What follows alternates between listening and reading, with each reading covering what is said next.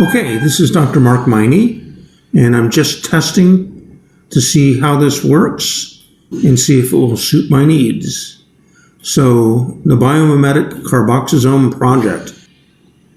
I'm Dr. Mark Miney, and I'm the team leader, and I have extensive experience in molecular biology and bioinformatics, lots of hands-on experience in molecular cloning and protein isolation. I also have a team consisting of Scott Mason, a biomaterials engineer, and Mike Robinson, who's an experienced hand at entrepreneurial setting up of startup companies. Our plan is to mimic the carboxysome, which is the primary organelle of photosynthesis in cyanobacteria, which are the predominant photosynthetic organisms on Earth and the predominant means of sequestering carbon dioxide from the atmosphere and feeding it into the photosynthetic process to produce glucose.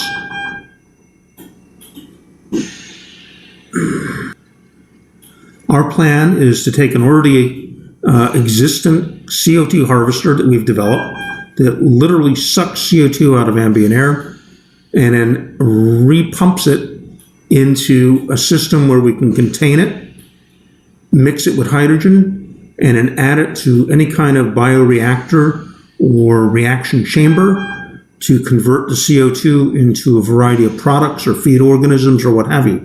Our plan is to take the CO2 generated electronically by our CO2 harvester to feed it to an enzyme cofactor embedded hydrogel cube. The cube will have artificial proteins, peptides, that mimic the photosynthetic process that leads to glucose production, and will also have an embedded color indicator indicating glucose levels. As the enzymes and cofactors process the CO2 into glucose, our sugar cube will turn an appropriate color of red, and then once it's maxed out in production, it can be removed and then placed in the bioreactor, which contains microorganisms that are engineered to make whatever substances you desire. We are uniquely qualified to develop this technology, and in Seattle we have access to corporations that specialize in this that we can help work with and possibly contract some of the work with. And of course, we've been successful in building the CO2 harvester in less than 1 year on a Amazon Catalyst grant and have a patent pending on the device.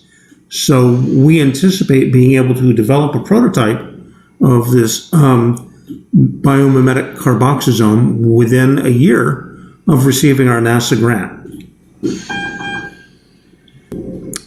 So thanks, and we look forward to the competition and hopefully winning.